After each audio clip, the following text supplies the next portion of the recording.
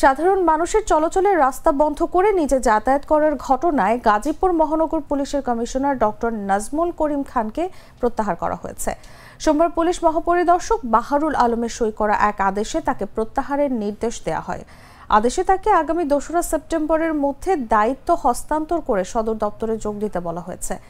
সম্প্রতি একটি জাতীয় দৈনিকে প্রকাশিত প্রতিবেদনে GMP commissioner doctor Nazmul Karim খানের কর্মস্থলে যাওয়া আসার সময় রাস্তা বন্ধ রাখার অভিযোগ প্রকাশিত হলে বিষয়টি ব্যাপক সমালোচনার জন্ম দেয়।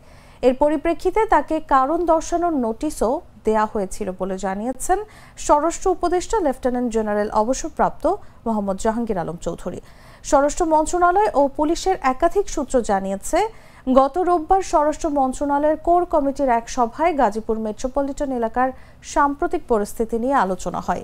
সভায় উপস্থিত একটি গোয়েন্দা প্রতিবেদনের ভিত্তিতে কমিশনারকে প্রত্যাহারের সিদ্ধান্ত নেওয়া হয়।